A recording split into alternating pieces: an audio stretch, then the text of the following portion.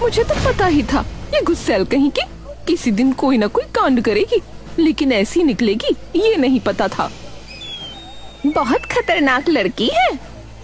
बताओ, इसके हाथ भी नहीं कांपे ये करते हुए। महिला पुलिस हवलदार उषा को पकड़कर जीप के अंदर ले जाती है। रोज की तरह बिस्वा चौधरी के ठेले पर बेशुमार भीड़ होती है। अरे बिस्वा भैया, अरे जल्दी जल्दी छोले पूरी डालो भैया, क्या कर रहे हो है? सर्दी में भैया सब ठंडा हुआ जा रहा है। अरे अभी लो भैया, अभी लो।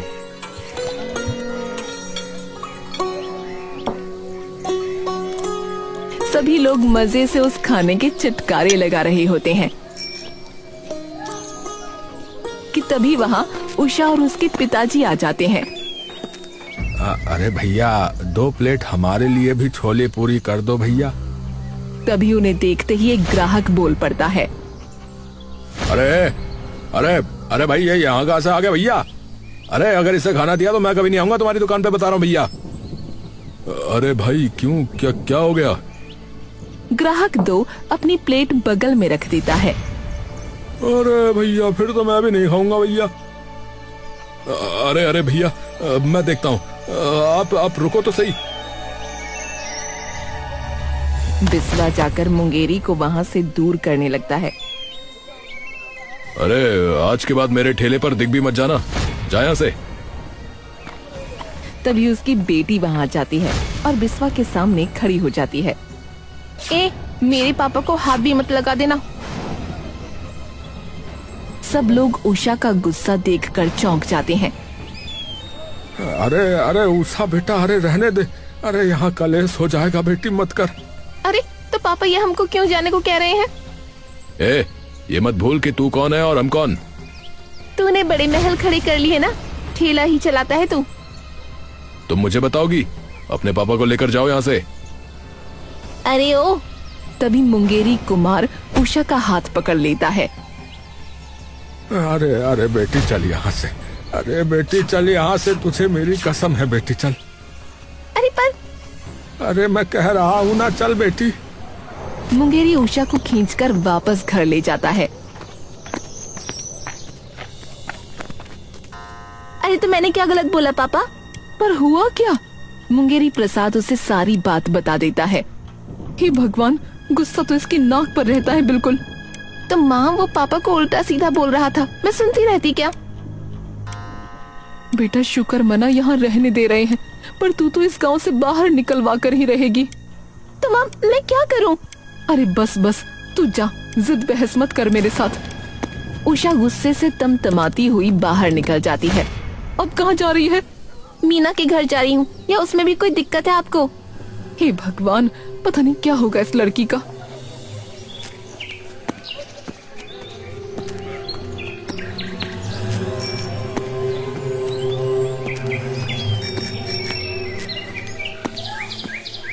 अरे क्या हो गया? इतने गुस्से में क्यों है? हाय, बड़ा ही बुरा आदमी है। मेरा तो दिमाग खराब हो रहा है उस ठेले वाले के बारे में सोच सोच के। मन तो कर रहा है कि उसे सबक सिखा दूं। छोटी मोटी बात नहीं है, उसने सबके सामने मेरे पापा की बेइज्जती की है। क्या खुद ही कुछ ऐसा खोल दे जिससे उसका धंधा ठप हो जाए? हाँ जरूर, कुछ लोग तो हमें अपनी दुकान पर खड़े भी नहीं होने देते, तो हमारे पास आकर क्या ही खाएंगे? अरे सभी लोग ऐसे थोड़े ही होते हैं। अच्छे लोगों को नहीं फर्क पड़ता कि इंसान कौन है, और एक बार स्वाद जुबान पर चढ़ने की देर है, फिर सब लोग दौड़े दौड़े वहाँ आएंगे। तो फिर क्या बनाऊं? कुछ ऐसा जो आजकल के जवान लड़के लड़कियां पसंद करते हैं। ये पूरी सब्जी तो बस वहाँ बड़े लोग खाने आते हैं। हमारे गांव के आधे से ज्यादा बच्चे और जवान शहर जाते हैं अपनी मनपसंद चीजें खाने। पर बनाऊं क्या? पिज्जा खाया ना तूने? हाँ, हम दोनों उस दिन शहर गए तो थे खाने। हाँ बस वही, लेकिन देसी स्टाइल में। मतलब कुल्हड़ में। अरे बहुत चलता है शहर में, मेरी कई सहेलियों को भी बहुत पसंद है। लोग कुल्हड़ चाय बेचते हैं तो कुल्हड़ पिज्जा बेच। पक्का चलेगा ना? अरे हाँ बाबा चलेगा। ठीक है, तो फिर जाते ही बात करती हूँ पापा से। शाम होते ही उषा अपने घर आ जाती है, जहाँ उसके पापा और मम्मी बैठे होते हैं। आ गई? अरे हो गया गुस्सा ठंडा, क्या अब भी कुछ बोलना है? उषा फटाफट एक कुर्सी निकालकर उनके सामने बैठ जाती है। आप लोग मेरी बात सुनो उससे पहले। हाँ हाँ सुनाओ सुनाओ बेटी। क्यों ना हम भी एक खाने का ठेला खोल लें? किस चीज का? कुल्हड़ पिज्जा। क्या? अरे बहुत चलेगा, आजकल के बच्चों को पिज्जा बहुत पसंद है, मैंने भी खाया है, बहुत अच्छा होता है। तो देसी कुल्हड़ में शहरी पिज्जा। अरे बेटी, हम ठहरे गरीब मजदूर आदमी लोग हैं, इतनी दूर से यहाँ मजदूरी करने आए हैं, 4 पैसे जोड़ने। पर तू कहाँ उलझेगी ये सब चीजें करके, हैं? और बहुत सी चीजें भी खरीदनी पड़ेंगी फिर इसके लिए बेटी, हमारे पास कहाँ है वो सब। अरे पापा, बस थोड़ा सा ही खर्चा है शुरुआत का, और बिना तामझाम के भी बन सकता है, वो जुगाड़ है उसका मेरे पास। मुंगेरी शांति की तरफ देखता है। अब ये इतनी जिद्दी हो गई है तो मानेगी तो है नहीं, पर कम से कम काम में तो लगी रहेगी। अरे चलो ठीक है भाई, ठीक है, पर थोड़े दिन ही खर्चा उठा पाऊंगा बेटा। हाँ, इतना पैसा वैसा नहीं है मेरे पास, बता रहा हूँ। अरे चिंता मत करो पापा, हम लोगों की दुकान पर नहीं जा सकते तो क्या हुआ, वो तो हमारी दुकान पर आएंगे। अरे ठीक है जिद्दी लड़की, ठीक है। कुछ दिनों बाद ही मुंगेरी प्रसाद अपनी बेटी के कुल्हड़ पिज्जा का ठेला खुलवा देता है। उषा ठेले पर काफी देर से खड़ी रहती है, पर कोई भी वहाँ नहीं आता। तभी गुरूर की मुस्कान लिए बिस्वा वहाँ आता है। ओहो बिल्कुल खचा खच भीड़ लगी है। क्या चाहिए तुम्हें, क्यों आए हो? अरे मैं तो बस गुजर रहा था रे, तभी तुम्हें इस ठेले पे खड़ा देखा। और ये क्या बना रही हो? क्या ये? कुल्हड़ पिज्जा? अरे गांव वालों में भला कहाँ से चलेंगी ये चीजें रे? मैं अपने आप चला लूंगी, तुमसे मतलब? अरे लिख के देता हूँ, नहीं चलेगा। हाँ। ये मुझसे कह रहे हो या खुद को तसल्ली दे रहे हो? क्योंकि अगर ये चल गया ना तो लोग तुम्हें भूल जाएंगे। बिस्वा का चेहरा हंसी से गुस्से में बदल जाता है। अरे कोई तुम जैसे गरीब मजदूरों को अपनी दुकान पे खड़ा करने को तैयार नहीं होता है? ये तुम्हारे हाथों का खाने कहाँ से आएंगे लोग रे? देख लेंगे वो तो। बिस्वा गुस्से से भरा वहाँ से चला जाता है। थोड़ी ही देर में, ए भगवान, ये तो सच में कोई नहीं आ रहा। तभी उषा की दोस्त मीना अपनी कुछ सहेलियों के साथ वहाँ आ जाती है। देख रज्जू, ये है जिसकी मैं बात कर रही थी। अरे वाह, तो बहन हमारे लिए भी एक कुल्हड़ पिज्जा बनाई तो। अभी बनाती हूँ। उषा कुछ ही देर में सबका कुल्हड़ पिज्जा तैयार कर देती है। ये बहन कमाल कर दिया तुमने तो। शहर वालों से भी अच्छा बनाया है। वाह भाई वाह, वाकई बहुत बढ़िया बनाया तूने, सच में बहुत ही स्वाद है। शुक्रिया। मैं तो भाई अपने सभी घर वालों और दोस्तों को इसके बारे में बताऊंगी। हाँ, मैं भी। ये सुनते ही उषा का मन एकदम खुश हो जाता है। ऐसे कैसे नहीं चलेगी। हाँ भाई, कैसा रहा? अरे माँ पापा, मजा आ गया। पहले तो कोई भी नहीं आया, लेकिन शाम तक काफी लोग आ गए थे। हाँ, अरे ये तो कमाल हो गया, चलो बढ़िया है फिर तो। तभी एक दिन जब मुंगेरी और शांति घर पर बैठे थे, तभी उनकी पड़ोसन कमला वहाँ आती है। अरे राधे राधे भाई साहब। मुंगेरी और शांति उठकर आते हैं। अरे राधे राधे बहन जी, राधे राधे। और कैसे हो? बस बढ़िया, बहुत दिन हो गए थे बातचीत किए, तो सोचा पड़ोसियों का थोड़ा हालचाल पूछ लेते हैं। अरे आइए आइए, बैठिए बैठिए। और सुना है आपकी छोरी ने कोई नया काम धंधा खोला है? अरे हाँ, बड़ी जिद्दी है वो, बस उसी जिद में जो है खाने की दुकान खोली है, बस वही सब है। बढ़िया चल रहा है, लेकिन आजकल थोड़ा उसका। वो तो ठीक है, पर थोड़ा ध्यान रखना, छोरी बड़ी हो रही है, आगे इसका ब्याह भी कराना है, तो सही रास्ते पे रखना इसे। ये बात उषा सुन लेती है और तमतमाती हुई अंदर आती है। शांति उषा को देखकर समझ जाती है कि अब वो भड़कने वाली है। काकी, आज तो बोल ही दिया, आगे से मत बोल जाना। उषा तू अंदर जा, हम बात कर लेंगे। अरे क्या बात कर लेंगे, कुछ भी बके जा रही है, बांध के रखना, आपका खुद का बेटा क्या करता है बताना जरा। अरे मेरा लाला तो नौकरी की तैयारी करता है, कुछ खास नहीं करता, बस गलत संगत में रहता है। मीना बता रही थी कि वो लड़कियों से बदतमीजी करता है और अपनी बेटी को खुद तो आपने पढ़ाने शहर भेज दिया, लेकिन मेरे पैसे कमाने से दिक्कत है आपको। पड़ोसन हो, पड़ोसन बन के रहो, ज्यादा आगे मत बढ़ो। ए छोरी, अपनी हद में रहियो। हद में रहो आप, अपने बच्चों से तो कुछ ना हुआ, औरों के बच्चों से चिढ़ने लगी। चुप हो जाओ, और उसे बाहर ले जाती है।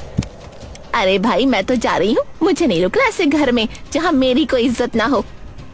अरे नहीं नहीं, अरे अरे सुनिए तो सही। अरे कमला गुस्से में वहाँ से चली जाती है।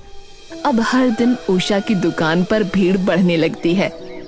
मुझे हमेशा पापा से कहना पड़ता था शहर से लाके दो, अब यही मिल गया। सच में बहुत टेस्टी है।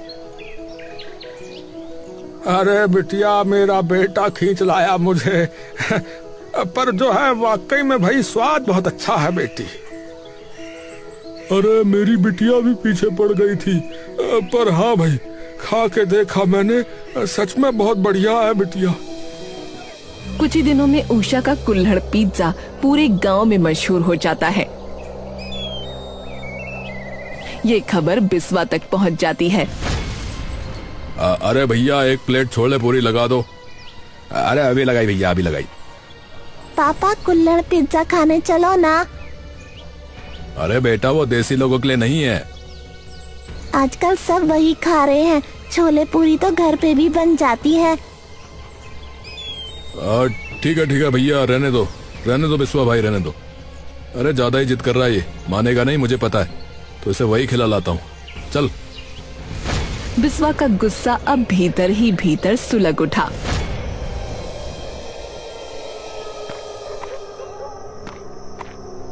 अरे आधे पैसे अभी और आधे काम की बात, समझ गए? अरे समझ गया वीडू, अरे समझ गया भाई, काम एकदम सही होगा, बेफिक्र रहो, समझे?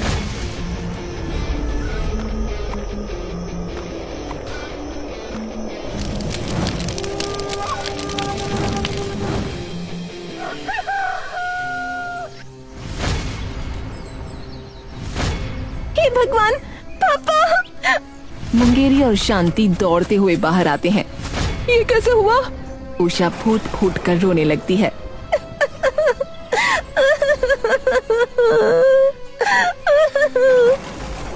उसके माँ बाप उसे गले लगा लेते हैं।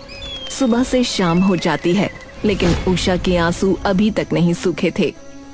तो अब पता नहीं, कोई नहीं, इतने पैसे तो हुए होंगे कि दोबारा शुरू कर ले। कुछ हफ्ते हुए हैं, अभी इतने पैसे नहीं कि नया ठेला खरीद लूं। तभी बिस्वा उनके सामने से गुजरता है। ओहो, ठेले के बारे में सुनकर बड़ा बुरा लगा। अब क्या करोगी? सड़क पर बैठकर बेचोगी क्या अपना कुल्हड़ पिज्जा? उषा गुस्से में उठकर उसकी तरफ जाने लगती है। तभी मीना उसे रोक लेती है। अभी इसके मुंह लगने का कोई फायदा नहीं है, जाने दे, फालतू में बात ही बढ़ेगी। बिस्वा हंसते हुए उन पर ताने मारते हुए चला जाता है। ये चलाएंगे खाने की दुकान। बिस्वा की अकड़ भरी मुस्कान देखकर उषा एकदम गुस्से से बेचैन हो जाती है। जो ये हंसता हुआ जा रहा है, पक्का इसी की हरकत है ये। अरे तू शांत हो जा, पहले ये सोच कि अब करना क्या है। चल घर चलते हैं। घर पर उषा के माँ बाप उसका इंतजार कर रहे थे। तभी मीना और उषा अंदर आती हैं। अरे कहाँ थी बेटा? काका, वो बिस्वा दिखा था, हमारी तरफ देख के मुस्कुरा के गया है। तो और क्या करूं, उसी ने करवाया होगा ये सब। अब आप ही बताओ क्या करें, ना आपके पास इतने पैसे हैं ना मेरे पास कि नया ठेला और सामान आ जाए। अरे तो इतने तो है ना कि घर पर बन जाए तेरा कुल्हड़ पिज्जा। मतलब तू घर पर बनाकर बेचना शुरू कर देना। जरूरी थोड़ी है कि ठेला ही हो, लोग वैसे ही अब तुझे जान गए हैं तो यहाँ भी आ ही जाएंगे। हाँ, ये तो मैंने सोचा ही नहीं। अगले दिन से ही उषा घर पर कुल्हड़ पिज्जा बनाना शुरू कर देती है और कुछ ही दिनों में उसके घर के बाहर भी भीड़ इकट्ठा होने लगती है। बिस्वा और उसकी पत्नी बैठे बात कर रहे होते हैं। अरे मुझे लगा था टिक नहीं पाएगी, पर एकदम ढीठ किस्म की लड़की है, हैं? अरे तो आपको क्या कह रही है वो? अरे उसके चक्कर में ग्राहक खत्म होते जा रहे मेरे, हैं? अब तो कोई आ ही नहीं रहा है छोले भटूरे खाने, हैं? सबको बस उसका कुल्हड़ पिज्जा खाना है। अरे मुझे समझ में नहीं आ रहा कि मैं क्या करूं। तभी बिस्वा का बेटा अमन वहाँ आता है। मम्मी, मैं अपने दोस्तों के साथ ना कुल्हड़ पिज्जा खाने जा रहा हूँ। अरे इधर आ, इधर आ। कहीं नहीं जाना, इधर आ।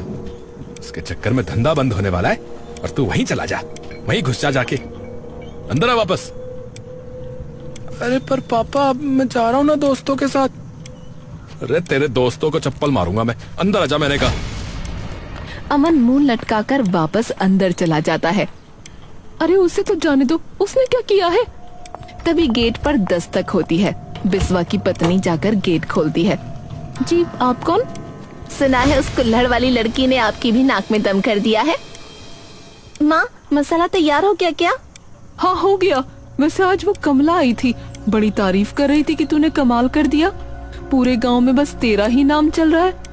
अच्छा, वक्त के साथ अकल आ गई लगती है उसे। तू थोड़ा कम बोला कर। हाँ हाँ ठीक है। थोड़ी देर में फिर से घर के बाहर गहमा गहमी शुरू हो गई।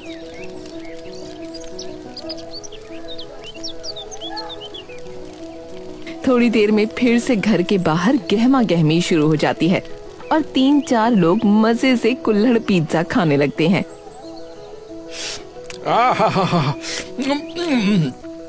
भैया, भाई वाह, बढ़िया चीज आई है गांव में, है। पुराना वो सब छोला भटूरा, टिक्की और गोलगप्पा वो सब साइड हो गया अब, है ना।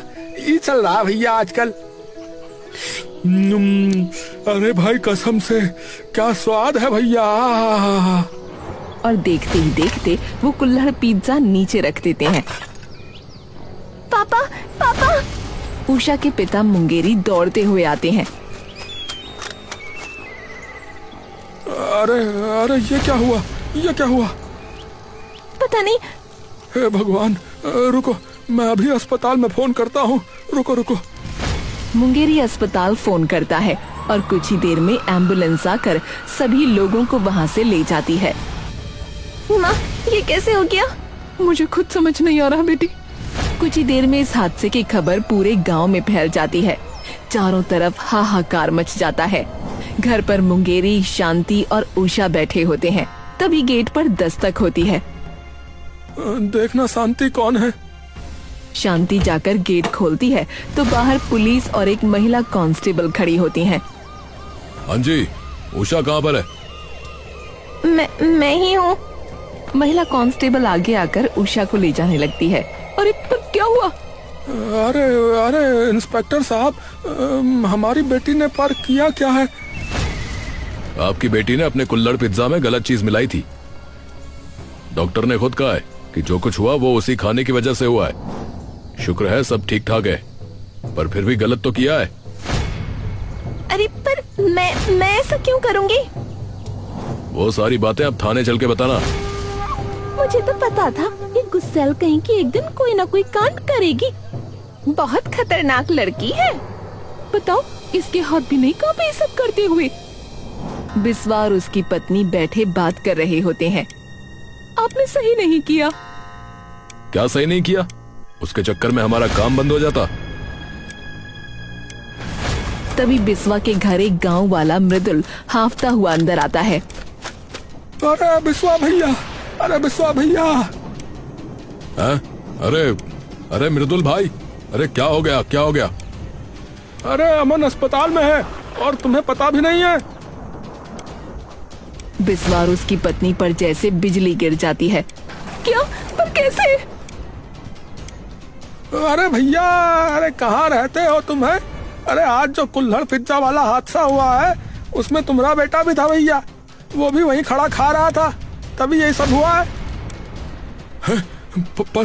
पर ये कैसे? अभी तो वो अंदर। अरे अरे कहाँ है वो? अरे कहाँ है वो? अरे भैया वो अस्पताल में पड़ा है। कहाँ है कर रहे हो? बिस्वा और उसकी पत्नी तुरंत अस्पताल पहुंचते हैं। अरे बेटा बेटा बेटा क्या हो गया बेटा? पता नहीं पापा, मैं कुल्हड़ पिज्जा खा रहा था, तभी एकदम से पेट में कुछ अजीब अजीब लगने लगा।